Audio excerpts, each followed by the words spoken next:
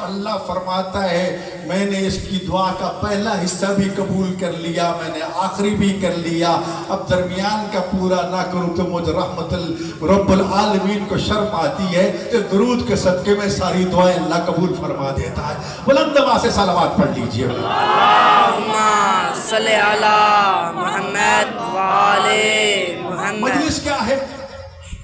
ذکر خدا اس میں ہوتا ہے, ذکر قرآن ہوتا ہے, ذکر رحمت اللہ عالمین ہوتا ہے, ذکر انبیاء ہے, ذکر اولیاء اوصیاء ہے, حلال و حرام کے احکام اور مسائل بیان کیے جاتے ہیں, ارض و سما اور اس کائنات کے رموز کو سامنے رکھا جاتا ہے, انسانی فکر اور سوچ کی تربیت کی جاتی ہے, حالات حاضرہ سے متوجہ کیا جاتا ہے.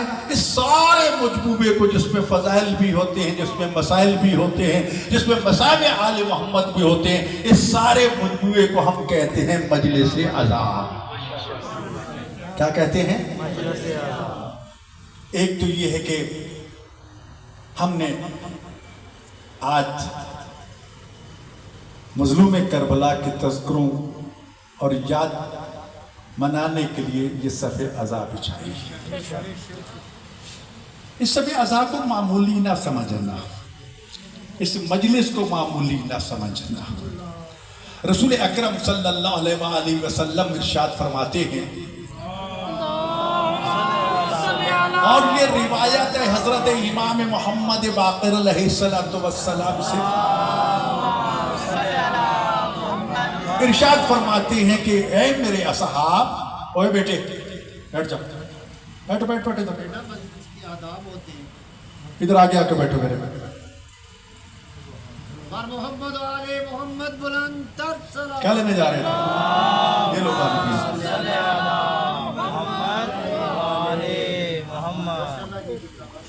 فرمایا کیا میں تمہیں جنت کے باغات کے ایڈریس بتاؤں؟ تو جو ہے سب کی کیا فرمایا رسول اللہ نے کہ اے میرے اصحاب, کیا میں تمہیں جنت کے باغات کے ایڈریس پتے بتاؤں؟ آپ سے بھی پوچھتا ہوں, کیا میں بتاؤں آپ کو؟ جی, اگر سننا چاہتے تو ذرا بلند آواز سے صلوات پڑھ لیجئے. اللہم صلی علی محمد وآل محمد. وہاں رسول اللہ نے ایک شرط بھی لگائی تھی, اور وہ شرط آپ کے ذمہ بھی ہے کہ ایڈریس تو بتا دیتا ہوں, جاؤ وہاں جا کر جیپ بھر کے چرو پھرو, یہی لفظ ہے, اور جاتے ہوئے اپنی جھولیاں بھر کے ساتھ بھی لے جاؤ. وہاں سمجھ آ رہی ہے؟ عرض کا یا رسول اللہ وہ کیا ہے؟ کئی باغات تو ہمارے سامنے ہیں. نہیں جنت البقیع, جی جنت کا ٹکڑا, سب مسلمان جانتے ہیں جنت البقیع کہاں ہے, کہاں پہ ہے, سب بولو ذرا جی.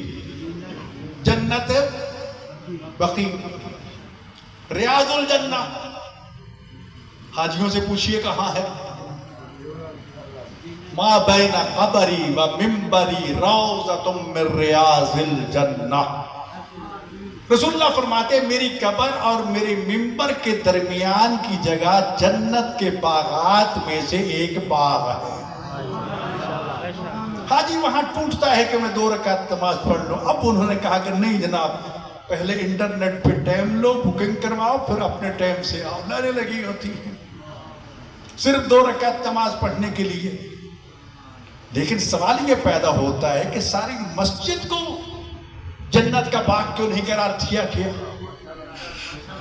جی صرف وہ ٹکڑا کیوں؟ آپ سبھی جانتے ہیں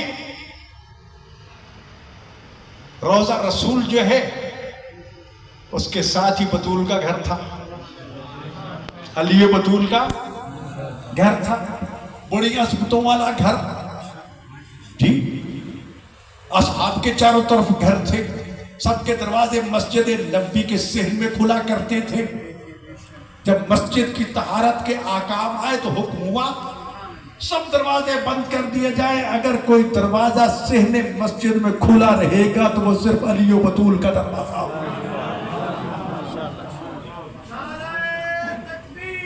اللہ اکبر.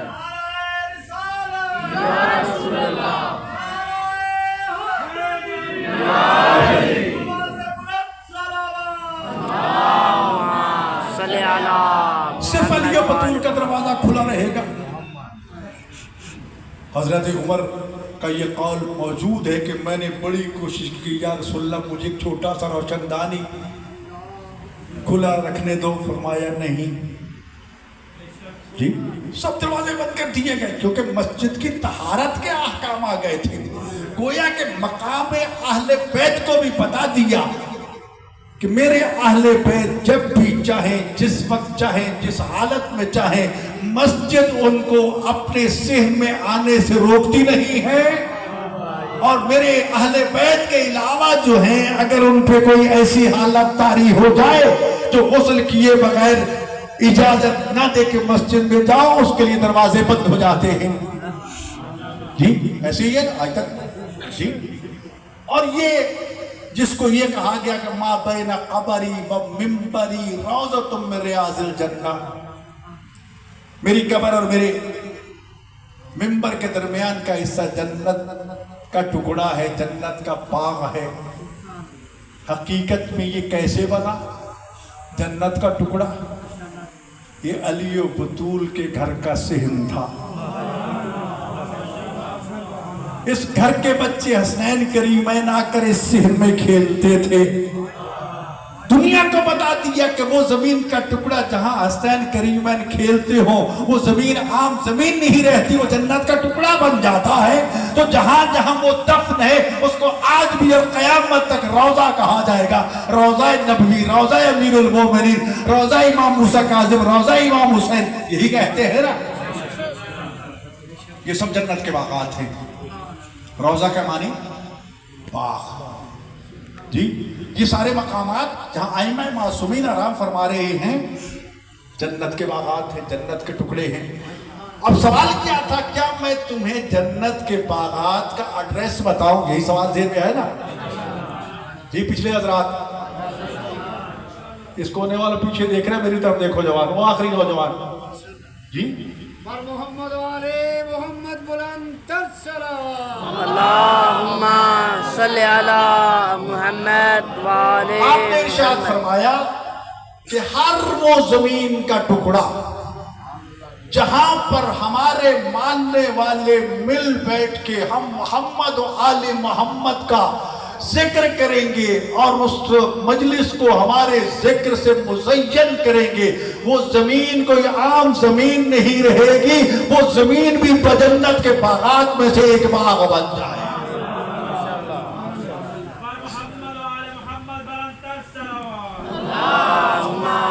لہذا جب جس جگہ بھی ذکر اہل بیت ہوتا ہے اس کو معمولی چٹائیاں، دری، مٹی نہ سمجھو، اس کی کیفیت اس طرح بدل جاتی ہے. ابھی حدیث قصہ سے آپ نے مجلس کا آغاز کیا، حدیث قصہ کے بھی ایک ایک کلمہ پہ توجہ کیا کرو، غور کیا کرو کہ یہ حدیث کہتی کیا ہے، اس میں پیغام کیا ہے. صرف فٹافٹ یاد کر کے پڑھتے پڑھتے وہ ختم ہو گئی. نہیں نہیں نہیں نہیں، بے شک ایک بند پڑھو اس کا، لیکن سوچ کے پڑھو کہ اس میں کہا کیا جا رہا ہے، اس حدیث قصہ میں بیان کیا ہو رہا ہے جی. اسی حدیث میں جب بیان ہو چکی تو علی پوچھتے ہیں مولا یہ حدیث جہاں پڑھی جائے، اہل زمین والے پڑھیں تو ان کو کیا رتبہ مقام ملے گا؟ فرمایا حفت بہم الملائکہ. پہلا کام تو یہ ہے کہ جہاں یہ ہمارے ذکر کی حدیث پڑھنے والے حدیث پڑھیں گے، ان پڑھنے والوں کو آسمانی فرشتے نازل ہوں گے، چاروں طرف گھیر کے بیٹھ جائیں گے اور کیا کریں گے؟ فَاسْتَغْفَرَتْ لَهُمْ إِلَىٰ أَن يَتَفَرَّقُوا. خالی نہیں بیٹھیں گے، جو وہاں بیٹھے ہیں ہر ایک کے لیے اللہ سے ان کی معافی کی دعا کریں گے، میں اللہ اس کو بھی معاف کر دے، اس کو بھی معاف کر دے، اس کو بھی معاف کر دے۔ معافی مانگتے مانگتے اس وقت تک بیٹھے رہیں گے جب تک وہاں بیٹھے ہوئے سارے چلے نہیں جاتے، وہ نہیں جائیں گے۔ جب آخری عزادار یہاں سے جائے گا تب وہ فرشتے یہاں سے جب آسمان پہ جاتے ہیں، تو حدیث کا اگلا حصہ بھی ہے، اہل آسمان پوچھیں گے یاری ہم تم سے ایک ایسی خوشبو سونگھ رہے ہیں جو پہلے تم میں نہیں تھی، یہ کہاں سے خوشبو لے کے آئے ہو؟ تو ہم زمین پہ گئے تھے، مجلس آل محمد کو سنا تھا، یہ اگر خوشبو ہے تو وہاں کی، کہیں کہ ہمیں بھی وہاں لے چلو۔ تو جواب ملے گا وہ مجلس تو ختم ہوگی، کہتے بے شک ختم ہو گئی، لیکن ہمارا ایمان ہے کہ وہاں کی مٹی میں بھی اتنی خوشبو ہوگی کہ ہم ایسی خوشبو پیدا کر لیں گے، فرشتے آئیں گے یہاں کی مٹی کو اپنے پروں سے آلودہ کر کے اپنے پروں کو جب واپس جائیں گے تو وہی خوشبو ان میں بھی ہوگی جو پہلے ملائکہ لے کر گئے تھے۔ تو لہٰذا اگر ہم یہاں بیٹھے ہیں تو ہمیں بھی کچھ لے کے جانا ہے کہ نہیں؟ جی توجہ ہے نا؟ میں نے پہلے عرض کیا کہ مجلس فضائل کا نام ہے، مسائل کا نام ہے، احکام کا نام ہے اور مصائب کا نام ہے۔ انشاءاللہ یہ سب بیان ہونی چیزیں، لیکن آج صرف تمہیداً میں عرض کر رہا ہوں کہ جس مجلس میں آپ بیٹھے ہیں اس کی آخر ضرورت کیا ہے، اس کا فائدہ کیا ہے؟ جی سب سے پہلی بات تو یہ ہے کہ یہ درسگاہ کربلا تربیت گاہ ہے، انسان کی زندگی الٹ پلٹ کے رکھ دیتی ہے، جہنمی کو جنتی بنا دیتی ہے، اور جیسا جہنمی حسینی بننے کے بعد جنتی بن جاتا ہے، صرف جنتی نہیں کہ جس کی زیارت جنت کا سبب بنتی ہے، یہ حسین کے در کی خیرات ہوتی ہے۔ لہذا جتنے بھی بزرگوار تشریف لائے ہو، جہاں میں ایک واقعہ عرض کرتا چلوں، آپ سب کی توجہ کے لیے سبھی مل کے بلند آواز سے صلوات پڑھ لیجیے۔ اللہم صلی علی محمد وآل محمد۔ ایام ازاں تھے، کتاب کا نام ہے اللطائف، اس میں یہ واقعہ ذکر کیا گیا۔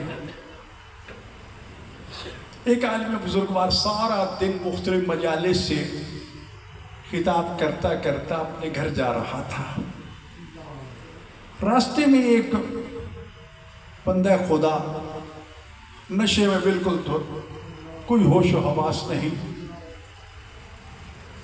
وہ بیٹھا، اس کی نظر پڑی کہ یہ ہے تو مولانا صاحب، یہ ہے تو مولا کے ذاکر جی۔ آگے بڑھ کے ابا پکڑ لی، کہا کہ مولانا مجھے مجلس سنا دو۔ اب مولانا نے دیکھا کہ یہ بیچارے کو ہوش حواس تو ہے نہیں، کیا سناؤں گا اس کو؟ کہا کہ میں نے ٹالنے کی کوشش کی، میں نے کہا مجمع تو ہے نہیں، تو مجلس کس کو سناؤں؟ توجہ ہے نا سب کی؟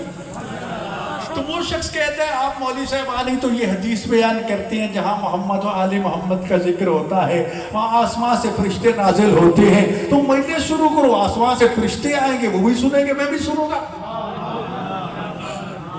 ٹھیک، یہ چیز ذہن میں رکھنا، ہو سکتے ہیں ہمارے دائیں بائیں سب فرشتے بیٹھے، یہ بھی اب سنتے ہیں کہ حیات العظمہ سید ابو القاسم خوئی رحمۃ اللہ علیہ سے پوچھا گیا تھا کیا یہ حقیقت ہے کہ مجلس میں ذوات مقدسہ آتی ہیں، بیویاں آتی ہیں، علی محمد آتے ہیں؟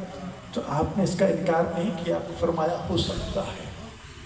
تو اگر ہم یہ کہتے ہیں کہ ہستیاں آتی ہیں تو پھر ذرا سنبھل کے بیٹھا کرو، ان کو اپنی اچھائیوں پہ گواہ بنانا، اپنی خطاؤں پہ گواہ نہ بنانا۔ جی یہ نہ کہ ہماری وجہ سے کوئی ایسی گستاخی کر بیٹھے کہ وہ رنجیدہ خاطر ہو جائے۔ پورے احترام کے ساتھ، عقیدت کے ساتھ وضو ہو کے آیا کرو، بغیر وضو کے مجلس میں نہ آنا، یہ عبادت ہے۔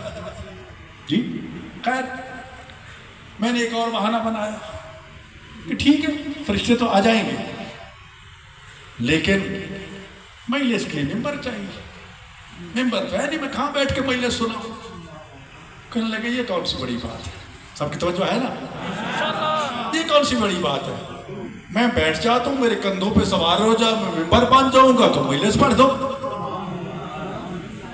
کہا میں نے اس کی یہ جب عقیدت، یہ محبت، یہ عشق مجلس حسین دیکھا اور سنا تو میں نے کہا چلو ٹھیک ہے، میں اس کے کندھوں پہ بیٹھ گیا اور میں نے خلوص سے ذکر مصیبت حسین بیان کیا۔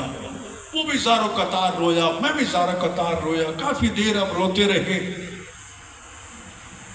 اس کے بعد اسے ہوش آ گئی۔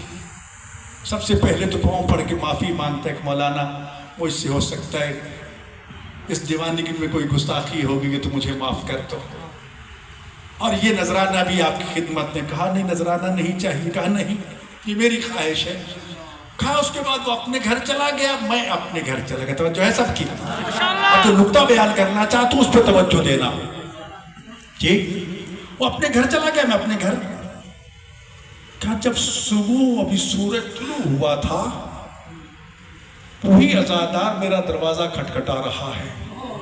میں نے دروازہ کھولا تو سامنے وہ پاؤں میں گر پڑا۔ کہا کہ علی بزرگوار میں تیرا شکریہ ادا کرنے کے لیے آیا ہوں کہ تو نے رات مجھے مجلس سنائی، مجلس حسین سنائی۔ کہا بھی اس میں شکریہ والی کون سی بات؟ حسین تیرا بھی امام تھا، میرا بھی امام تھا، تو بھی رویا میں بھی رویا، تو نے بھی پرسہ دیا میں نے بھی پرسہ دیا۔ کہا نہیں مولانا، اس مجلس کی وجہ سے جو کچھ مجھے ملا ہے شاید تمہیں نہیں پتا۔ اب یہ نقطہ سننا تو جو ہے نا سب کی، جو کچھ مجھے ملا ہے شاید آپ کو نہیں ملا۔ کہا کیا ہوا؟ کہا میں گھر جا کے سو گیا، آنکھوں میں آنسو تھے، انہیں آنسوؤں کے ساتھ روتا روتا نیند میں چلا گیا۔ میں خواب دیکھتا ہوں روز محشر ہے، حکم ہوتا ہے کہ تمام میرے بندوں کا حساب و کتاب لیا جائے، اور پھر حکم ہوتا ہے کہ اس کا حساب بھی لو، اور یاد رکھو سختی سے حساب کتاب لینا، کوئی رو رعایت نہیں کرنی۔ میرے پلے کچھ بھی نہیں تھا، خالی سب صاف۔ آرڈر ملا اس کو اٹھا کے جہنم میں پھینک دو۔ کہا فرشتوں نے مجھے پکڑا اور گھسیٹتے ہوئے جہنم کی طرف لے کے جا رہے ہیں، اور میں چیخ رہا ہوں بچاؤ مجھے، جہنم سے بچاؤ مجھے، بچاؤ۔ بالکل جہنم کے کنارے پہنچ چکا تھا کہ پیچھے سے ایک آواز آتی، او فرشتوں خبردار میرے ممبر کو جہنم کی آگ میں مت جلاؤ۔ نہیں سمجھے؟ اے فرشتوں میرے ممبر کو جہنم کی آگ میں۔ فرشتوں نے مجھے چھوڑ دیا، مجھے بہت دور لے گئے۔ میں نے پوچھا اے مجھے جہنم سے بچانے والے آخر تو ہے کون؟ تو جواب ملا میں اسی زہرا کا بیٹا حسین ہوں جس کی مجلس سننے کے لیے تو رات ممبر بنا تھا۔ تو جس ممبر پہ ہم چومتے ہیں نا کہ سلام کرتے ہیں، کرسی کو بھی لکڑی کو بھی، کیونکہ اس کی نسبت حسین کی طرف ہو جاتی ہے، تو یہ عام میز عام کرسی عام ممبر نہیں رہتا، تو اس نسبت حسین کی وجہ سے تھا کہ تجھے وہ عظمت حاصل ہو گئی ہے کہ تم پہ جہنم کی آگ حرام ہو گئی۔ اور یہ مجلس حبیب ابن مظاہر وہ حسین مظلوم کا عظیم اصحابی، 80 سال کا پورا، جس کی ایک آواز پہ 20,000 تلواریں نیام سے نکلتی تھی، بنی اسد قبیلے کا سردار، جس کو حسین کی بہنیں بھائی کہتی تھی،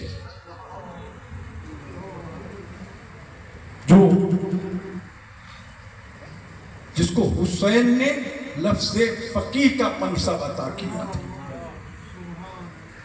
فقیہ حبیب ابن مظاہر کا لقب ہے۔ فقیہ کسے کہتے ہیں؟ جس کو قرآن و سنت پہ اتنا عبور ہو کہ جب بھی کوئی کسی قسم کا نیا مسئلہ اس کے سامنے آئے فوراً قرآن و سنت سے استدلال کر کے وہ نتیجہ دے سکے کہ یہ شریعت ہے۔ اور یہ حافظ قرآن وہ اصحابی حسین تھا جو ہر رات حالت نماز میں قرآن کریم ختم کیا کرتا تھا۔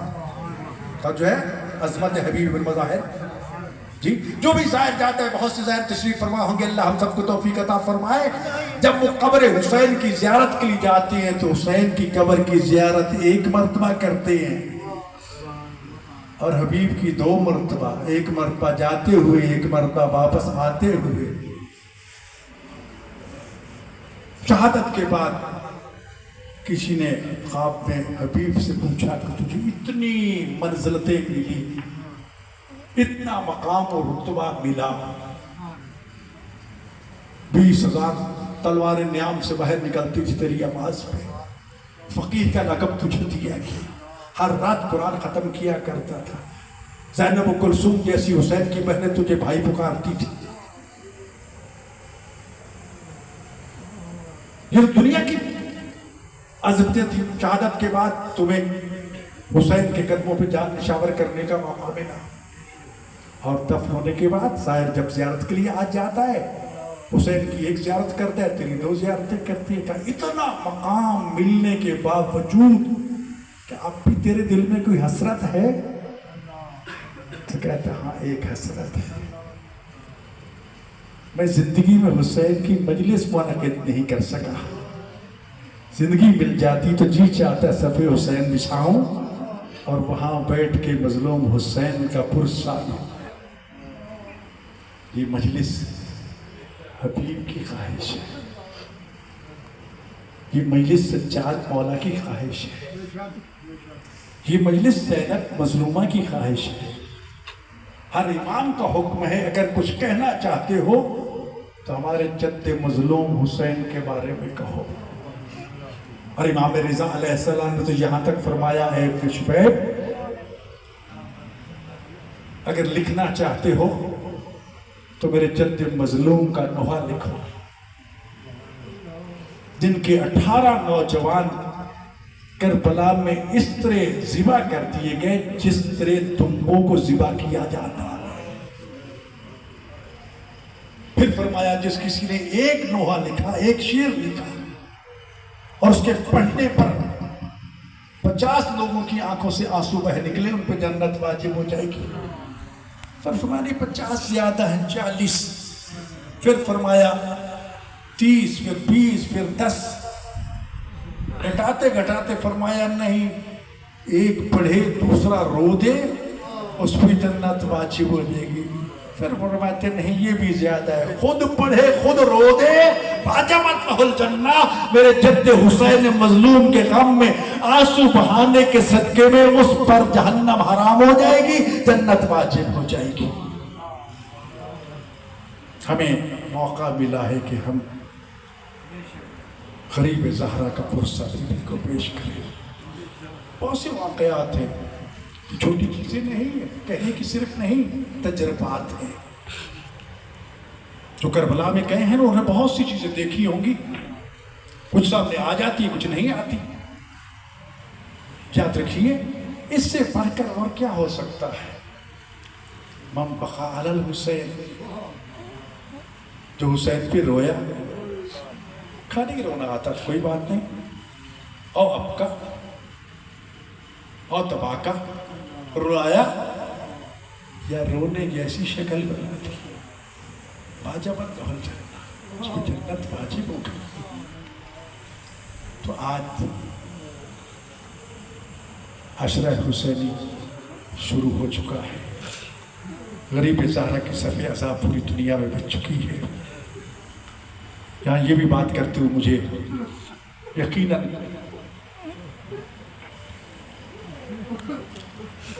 ایک عالم بزرگوار کہتے ہیں میں نے 29 یا 30 ذی الحجہ کو حسین کو دیکھا، سر سے لے کر پاؤں تک زخموں سے چور چور تھا۔ کہ مولا یہ کیا کہ ظالموں نے مجھے خنجر مارے، مجھے نیزے مارے، مجھے تیر مارے، مجھے پتھر مارے۔ کہا میں سارا دن روتا رہا یہ سوچ کے کہ شاید میں نے کوئی خواب بد دیکھا۔ کہ جب چاند رات آئی، عزا خانوں میں صف عزا بچھی، حسین مظلوم کا تذکرہ غم ہوا، میں بھی مجلس میں گیا۔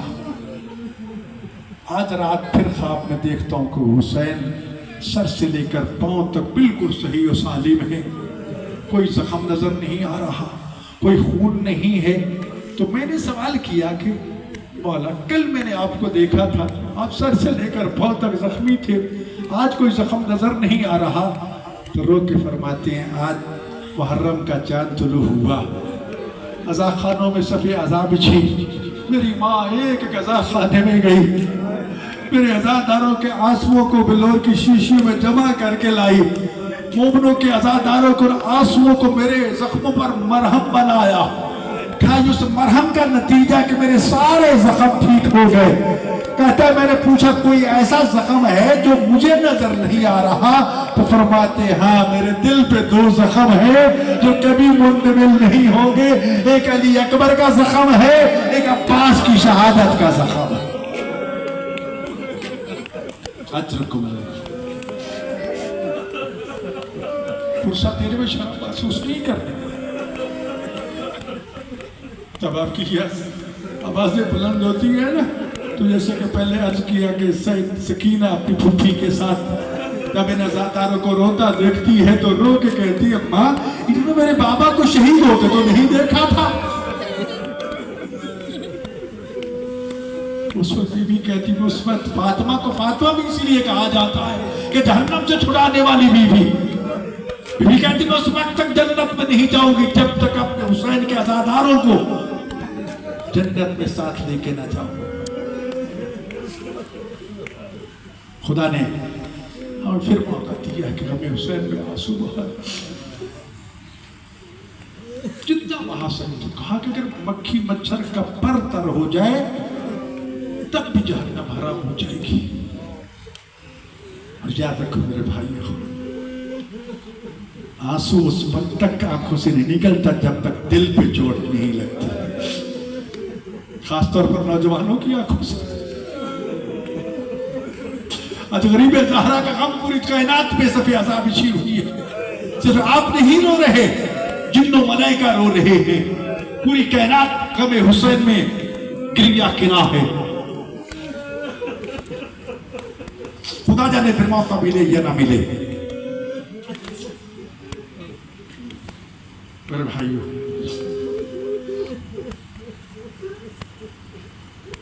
حسین تاریخ میں کوشش کروں گا کہ ساتھ ساتھ ذکر کرتا جاؤں۔ یہ کربلا اچانک نہیں ہوئی، ادھر رسول اللہ نے آنکھیں بند کی اور کربلا شروع ہو گئی۔